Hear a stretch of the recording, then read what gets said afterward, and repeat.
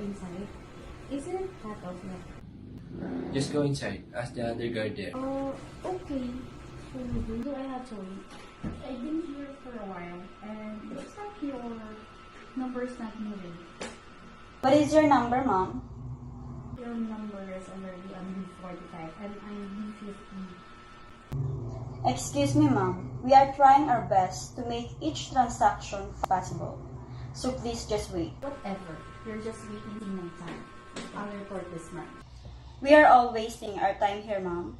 I will just go to the other branch and report this branch. Really cannot wait for your number to be called. Then your option would be best.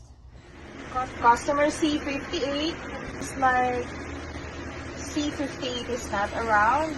So let's proceed on C59. Yes, I'm copying. I think you skipped my number. Ma'am, I'm calling your number earlier for 5 times, but you're not here. Be mad if your number was skipped. They gotta be waiting for so long. Excuse me, ma'am. It is not allowed to cause any scandal here. What? I'm also a customer here. Ma'am, but your voice is heard by everyone. Yes, please sit down first. The teller will call your number. You don't need to shout. This is your fault, and you need to wait for your turn. Thank you. Yeah, whatever. Hello, madam. Good afternoon. Hello, ma'am guard. Good afternoon po. Is the bank still open for transaction? Can I go inside? Yes, madam. The bank is still open for transactions. You may go inside and get your number from the machine. Oh, okay. Thank you so much. Calling number C11.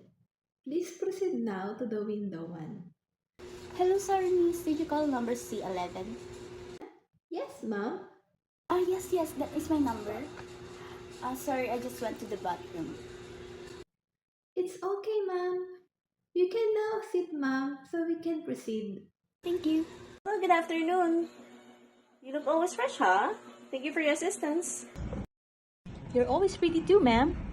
Hello, good afternoon. My number is B12. Is Anessa here? I would like her to assist me about my life insurance.